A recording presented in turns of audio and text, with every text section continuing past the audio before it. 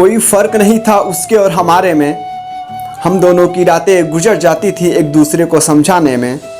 जब वो रूठती थी तो उसके लिए चॉकलेट ले जाता था मनाने में।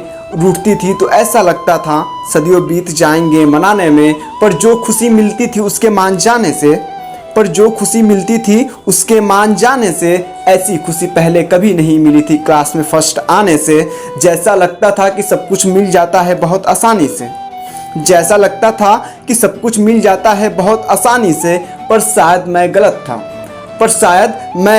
था क्योंकि हर रोज में ही मांगा करता था उसे दुआओं में। शायद उसकी ज़िंदगी बदल सी जाए उसके ज़िंदगी में मेरे आने से। पर जो ट्यूशन में मुस्कान लाया करता था उसका दिल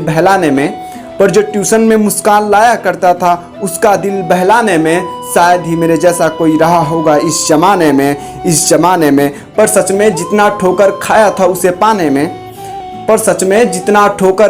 था उसे पाने में पूरी ज़िंदगी बीत जाती है यार किसी को अपना बनाने में। मैं भी रोया था वो भी रोई थी एक दूसरे को